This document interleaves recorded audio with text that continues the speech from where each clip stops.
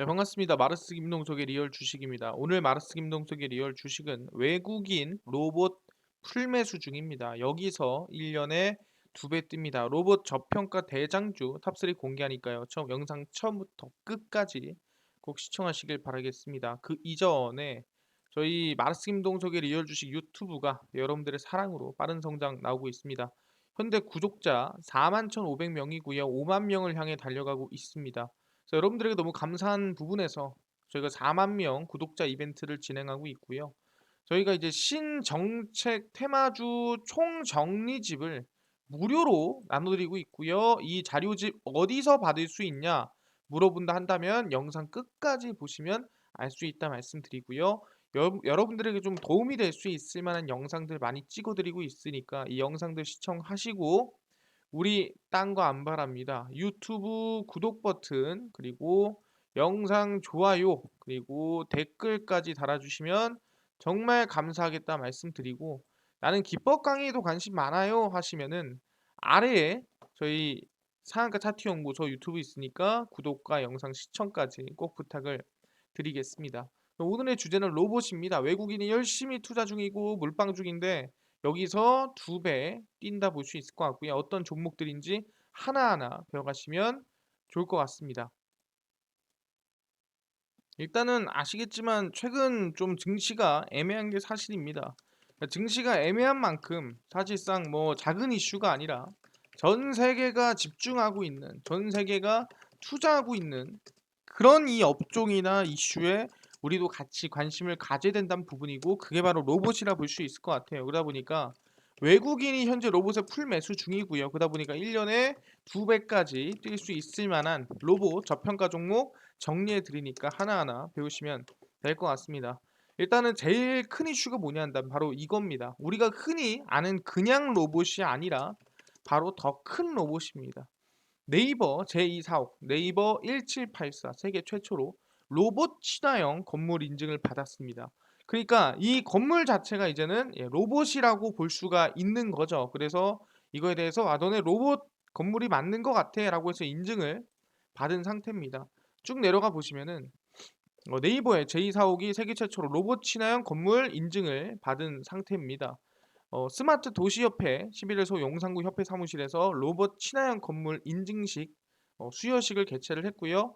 최우수 등급을 네이버 1784 건물에 수여를 했습니다.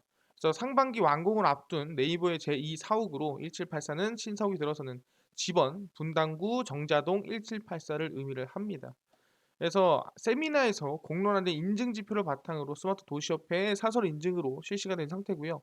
너네들은 진짜 뭐 딱 봤을 때 정말 이 상호 소통이 가능하고 그 다음에 이 건물 자체가 정말 스마트한 로봇 건물이야라고 얘기를 한 거죠. 그래서 세계 최초로 시도되는 사업이고요. 2차례에 걸친 세미나를 통해서 공론화된 상태라고 보시면 될 것 같습니다. 그래서 안에 뭐 건축 시설 설계, 네트워크 및 시스템, 건축 운영 관리, 로봇 지원 및 기타 서비스 등등등으로 해서 최우수, 우수, 일반 등급으로 부여가 되고요. 네이버는 이번에 최우수 등급을 확인을 했습니다. 그래서 건축 정보통신 로봇 분야의 전문가로 평가위원들이 들어가서 건축물이 네트워크 및 시스템 측면에서 첨단 인프라를 갖추고 로봇이 인식하는 정밀 지도와 치기 인프라를 제공하고 있다. HD 맵을 얘기를 하죠. 그리고 건축 시설 설계 및 운영 관리 측면에서 로봇을 위한 이송 중 출 도착지 유효폭이 확보되고 있고 이동형 서비스 로봇의 승강기 이동 지원 서비스를 잘 제공하고 있다라는 거죠. 그러니까 안에서 로봇이 원활하게 활동할 수 있게끔 건물 자체가 하나의 로봇으로서 서로 간에 소통을 한다라고 생각하시면 될 것 같습니다. 그러다 보니까 이 네이버의 사옥이 로봇 친화형 건물 인증을 받았다라는 거죠.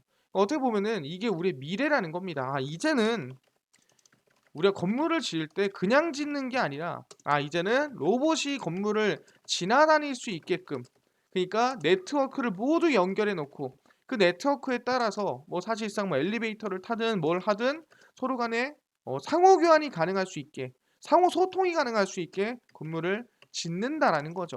이제는 그런 시기가 왔구나. 그 네이버는 더 큰 욕심이 있다라는 거예요. 보시면 네이버는 5년 내 글로벌 이용자 10억 매출 15조 목표로 달리고 있습니다. 네이버가 5년 내 글로벌 이용자 10억 명을 확보하고 매출 15조를 돌파하겠다 발표를 했고 아까 얘기한 로봇 건물입니다.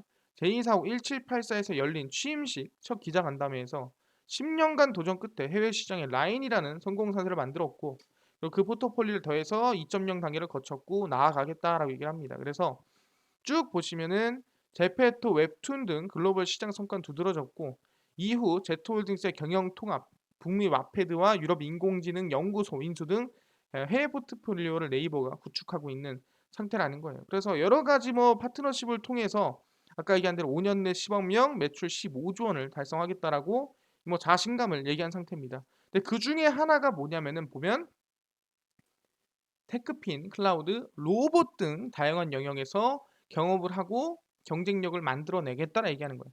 네이버도 결국에는 로봇 사업으로 진출하겠다라고 얘기를 한 상태입니다. 거기 안에서 매출을 내겠다라고 얘기한 상태고.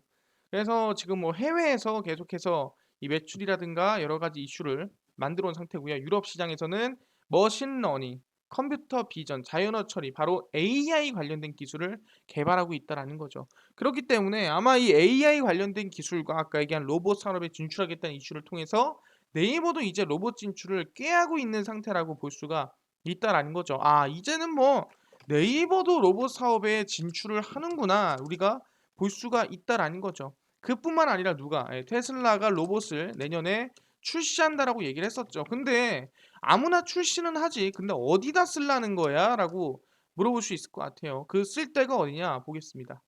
키 173cm, 체중 56kg, 머스크표 휴머노이드 로봇 어디에 쓸까라고 물어봤습니다. 테슬라 CEO 일론 머스크가 내년에 휴머노이드 로봇 옵티머스를 만들겠다고 밝혔는데 아 그래 이 로봇은 뭘 만드는 거냐? 사람이 하기 싫은 일을 대신할 수 있다. 너무 솔직히 말하면은 사람이 하기 싫은 일을 대신한다라는 거는 너무나도 이 광범위하다라는 거죠. 하기 싫은 게 그렇게 많은데 이 모든 거를 다 한다라고 물어보는 건데 한번 지켜보도록 하겠습니다. 뭘 한다는 건지. 일단은 보시면은 로봇이 거의 사람과 똑같은 모습을 보이고 있습니다. 일반적으로 우리가 로봇이라고 한다면은 거의 뭐 약간 요런 느낌으로 로봇이 생겼는데 이거는 이제 거의 사람과 비슷하기 때문에 휴머노이드다 얘기를 하는 겁니다. 그래서 첫 번째로 사람과 같은 로봇이 노인을 돌보고 치매를 예방을 시킨다라는 거죠. 어떻게 보면은 사람이 하기에 조금 벅찬 일을 로봇이 하는 거죠. 국내에서는 휴머노이드 로봇이 돌봄에 활용되고 있습니다. 중랑구는 지난해 AI 휴머노이드 로봇 알파 미니를 활용해 치매 노인 돌봄 서비스를 도입해 놨고요.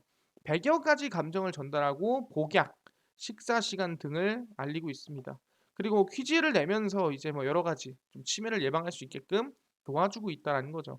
보시면 로봇이라기 보지 뭐 얘기하기 조금 그렇지만 인공지능 로봇이 맞습니다. 그래서 이러한 로봇에 들어갈 AI 개발에 기반을 닦고 있는 상태고 인간 로봇 상호작용 연구실은 고령화 특화 로봇 개발을 위한 데이터 AI 소프트웨어를 공개를 했습니다. 그래서 아마 치매라든가 이 노령 인구들을 위해서 로봇이 만들어질 것이다라고 얘기를 하는 거고 나아가서는 청소, 식사 준비, 심부름 등등 이제 솔직히 다리가 좀 아프고 좀 몸이 편찮으시면 못 움직이잖아요. 그걸 로봇이 해준다는 거죠. 그리고 재난 구조 등 극한 노동에 대체를 합니다. 그러니까 사람이 가기에 좀 위험하고 사람이 가기에도 정말 구하러 갔다가 자기도 위험에 처할 수 있는 그런 상태를 로봇이 대신한다는 거죠. 일본 가와사키 중공업은 2017년 휴머노이드 로봇 카레이도를 공개하고 관련 기술을 강화하고 있습니다. 도쿄에서 열린 2022 로봇 국제 로봇전에서 가와사키 중공업은 카레이도가 시속 5km로 이족 보행하고 팔굽혀펴기라는 모습을 시연을 했고요. 약 178cm의 몸무게가 85kg입니다. 그래서 보시면 이게 지금 카레이도라 볼 수 있을 것 같고요. 이게 솔직히 말해 휴머노이드거든요. 근데 조금 허술해 보이긴 합니다만 그렇더라도 만들었다는 거죠. 그래서 하시모토 야스히코 가와사키 중공업 CEO는 자사 웹진에서 휴머노이드 로봇 활용 분야로 재난 구조와 간호를 예로 들었습니다.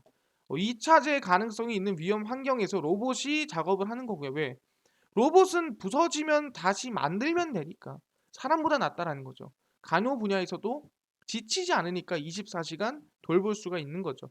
그래서 꼭 인간 형태를 모방해야 되는 이유는 인체에 맞춰 설계된 건물과 도시에서는 로봇이 사람과 닮아야 일을 할 수가 있다라는 거죠. 물론 무조건은 아니지만 편하다라는 거예요.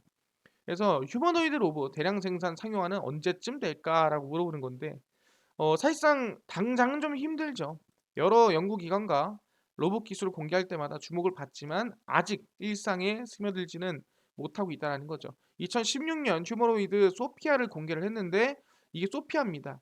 근데 이제 생각도 하고 판단을 하는데 우리가 생각하는 것만큼 그렇게 잘 되지는 않습니다. 그 라스베거스에서 CES 영국 엔지니어드 아치가 공개한 휴머노이드 아메카도 주목을 받았습니다. 농담을 주고받고 머리에 달린 모터 117개를 이용해서 사람처럼 표정을 짓지만 사실상 걷지 못하고 그냥 요런 상태다라고 생각하시면 될 것 같습니다. 말 그대로 그냥 로봇이죠. 그래서 일단은 지금 이 로봇에 대해서는 사람이 하지 않는 또는 사람이 하기 귀찮은 또는 사람이 하기 피곤한 일들을 이제 로봇들이 할 걸로 예상이 된다라고 발표를 하고 있는 거죠.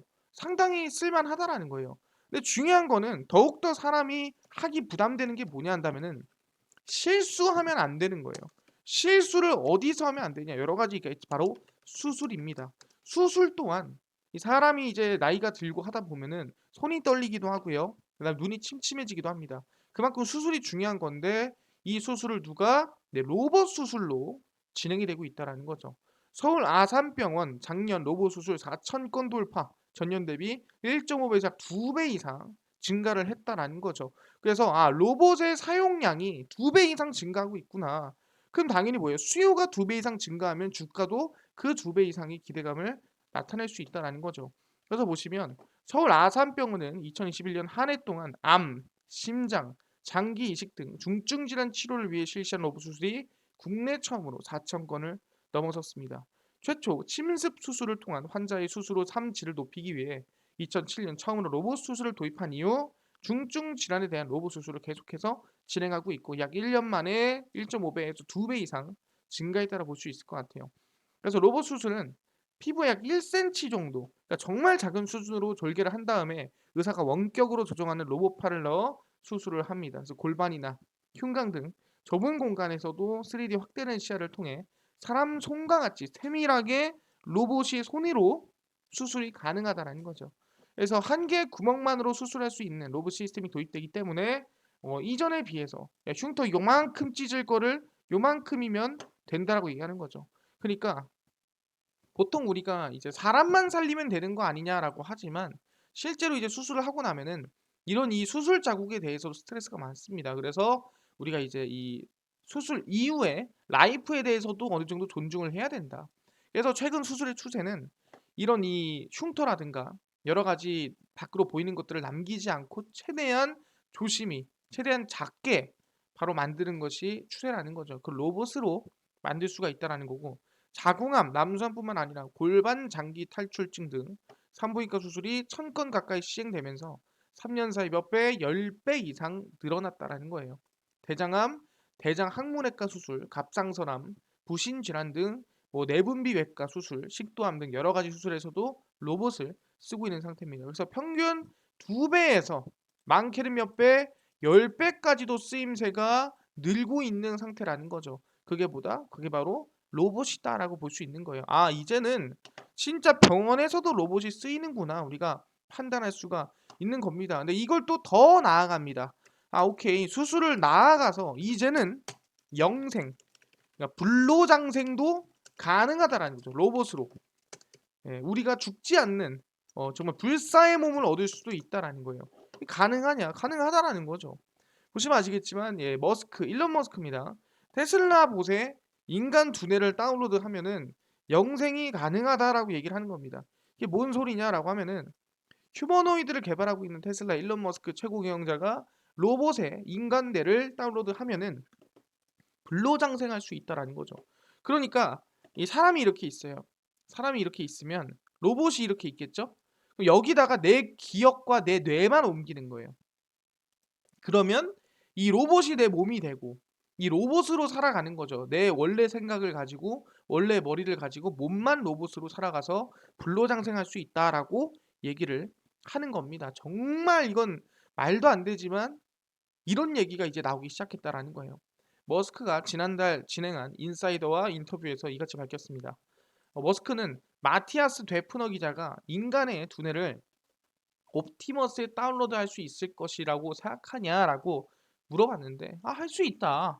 단기적으로는 뉴럴링크 이 뇌신경 그러니까 아시겠지만 아까 얘기한 대로 뇌를 뭐 로봇으로 옮기는 그런 로봇의 뇌와 척수 손상을 해결하는 것은 불가하지만 향후에는 개개인의 인격과 기억 등 개성을 결정하는 것들을 로봇에 다운로드할 수 있을 것이다. 그래서 지금의 몸이 아니라 로봇의 몸으로 불로장생할 수 있지 않겠느냐라고 얘기하는 겁니다. 그래서 이 같은 발전은 오늘날의 컴퓨터 메모리 형태에서부터 시작이 되고 우리의 기억은 사진이나 비디오로 휴대폰 또는 컴퓨터에 저장이 되고 컴퓨터와 휴대폰은 우리의 의사소통 능력을 마법처럼 증폭을 시켰다라는 거죠. 이게 또 가능하겠다라는 거예요. 2016년 머스크가 공동 설립한 뉴럴링크는 사람의 뇌에 컴퓨터 칩을 이식해 뇌 활동을 기록하고 자극해 질병이나 장애를 극복한다는 목표를 가지고 있는 이상적인 회사입니다.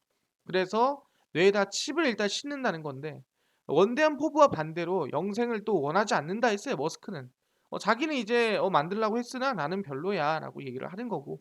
그래서 머스크의 전 연인인 캐나다 출신 팝가수 그라임스는 머스크의 라이벌은 제프 베이조스 아마존 의장 겸 블루 오리진 설립자를 향해 베이조스는 사이맥 그러니까 소셜 둔이라는 게 있나 봐요. 제가 본 적은 없어요. 거기에 이제 이식한 이 로봇 사람인 거죠.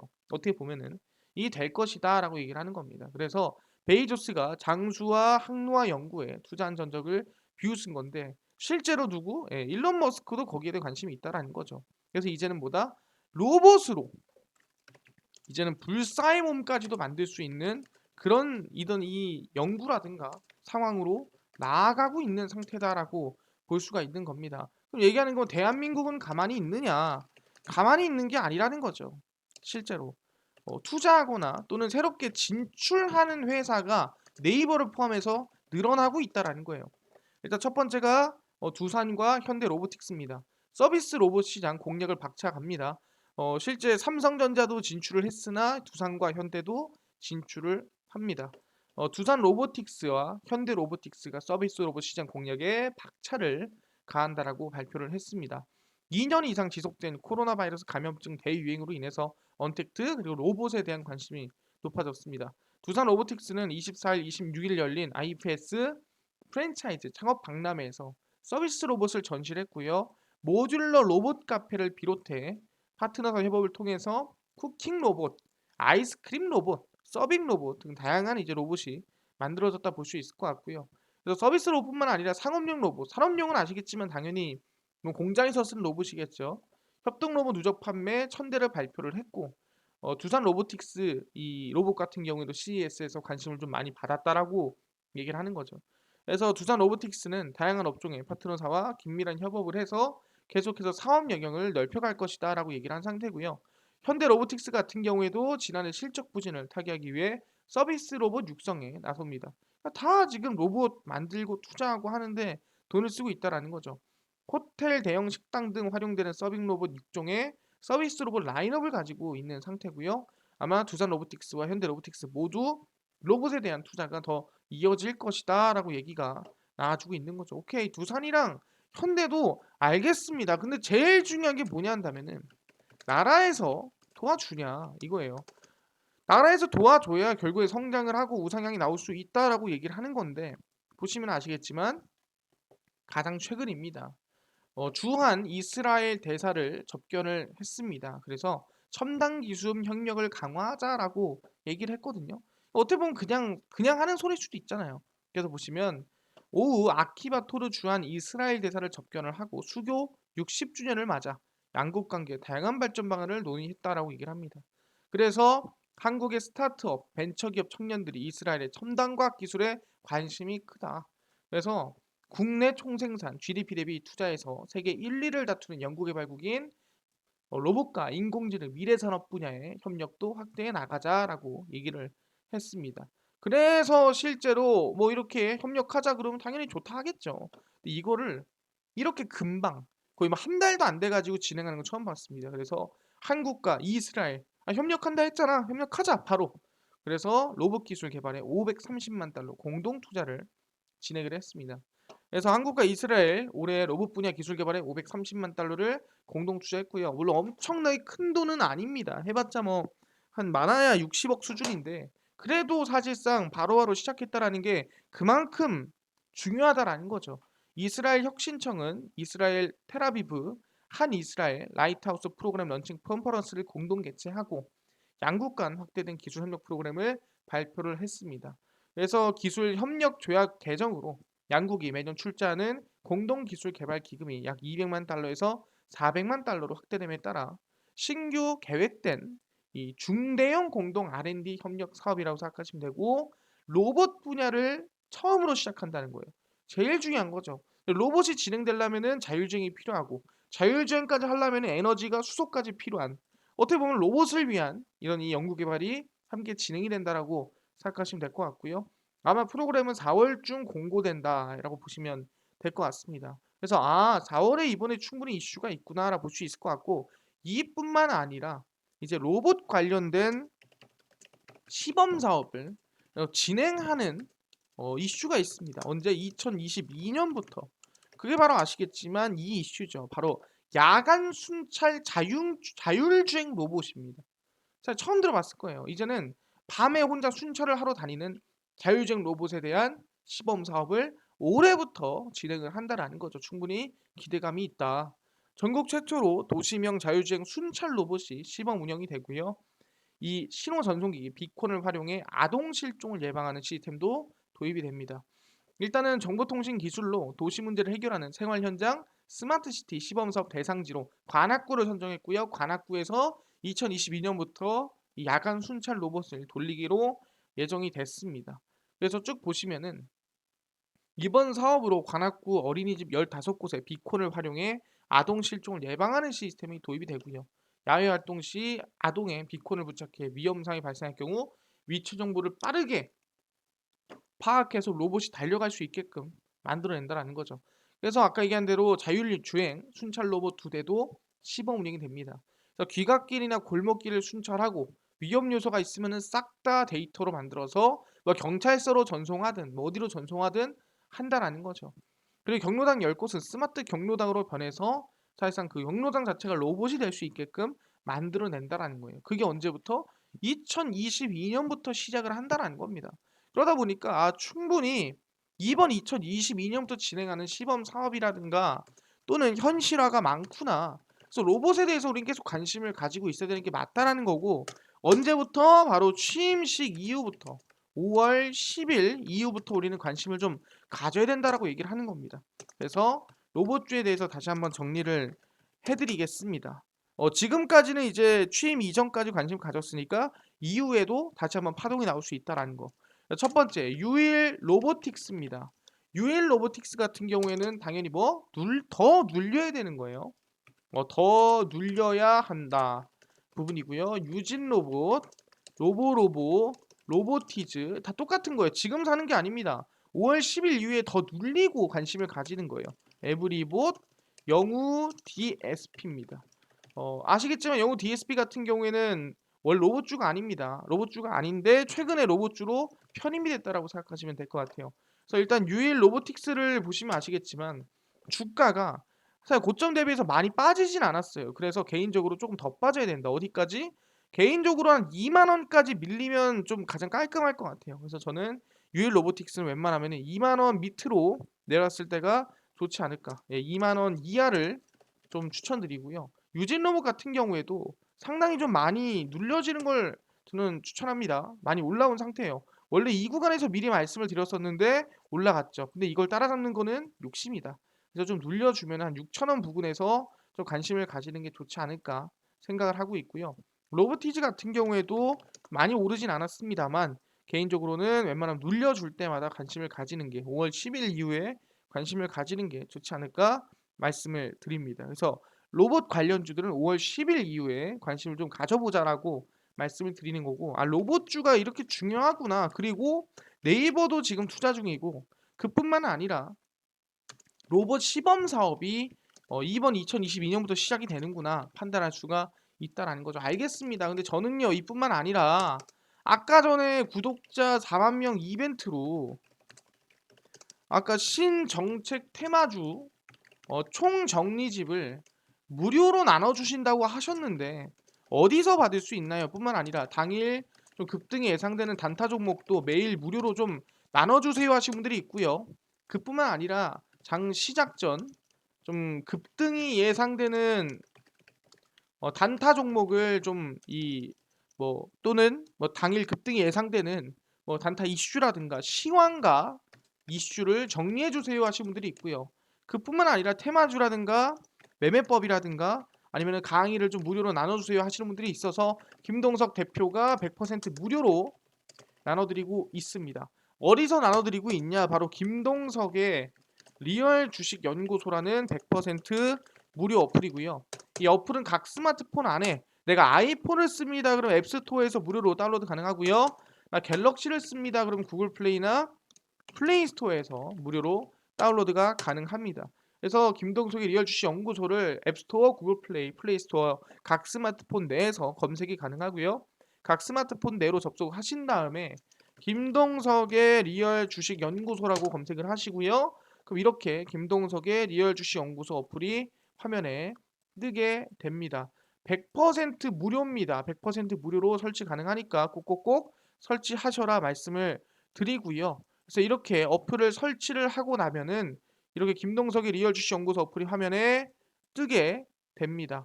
그래서 보시면은 당일 리얼 추천주가 당일 급등 예상 종목이고요. 급비 분석이 시황입니다. 장 시작 전 급비 자료가 테마주라든가 매매법에 대해서 무료로 나눠드리고 있고요. 구독자 이벤트는 어디서 받을 수 있나요? 리얼 추천주 일단 누르시면 됩니다.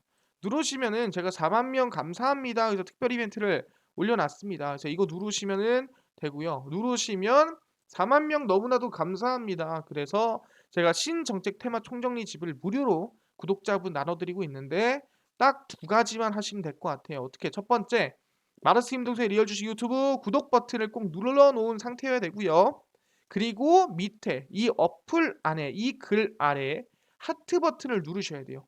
밑에 보시면은 이 글 아래 이 어플의 글 안에 이렇게 하트 버튼이 있거든요. 이거를 누르신 현재 1426분이 눌러주셨는데 이 1426분 이후에 나도 신청하고 싶다 하신 분들은 구독 누르고 방금 얘기한 대로 구독 누르시고요. 그 다음에 하트 버튼까지 밑에 누르시면 됩니다. 어플에 들어와야 누를 수 있는 거니까 다 무료거든요. 그러니까 무료인데 안 할 게 없잖아. 23일까지 꼭 하시면 좋을 것 같습니다. 그뿐만 아니라 매일매일 이렇게 4월 14일 추천주, 13일, 12일 추천주를 매일매일 무료로 알려드리고 있으니까 확인하시면 좋을 것 같고요. 급비 분석에서는 장 시작 전 시황 올려드립니다. 보시면 13일 장 시작 전 해외 증시부터 국내 이슈까지 전부 정리를 해드리고요. 이뿐만 아니라 급비 자료에서는 테마주라든가 매매법 무료로 올려드리고 있습니다. 최근에 석탄 관련주가 움직였다, 왜 움직였는지, 어떤 종목들이 있는지 다 정리를 해드리고요. 그뿐만 아니라 매매법도 매일매일 이렇게 하나하나 정리해서 좀 올려드리고 있는 상태입니다. 상한가 매매법이 뭐가 있는지 다 올려드리죠.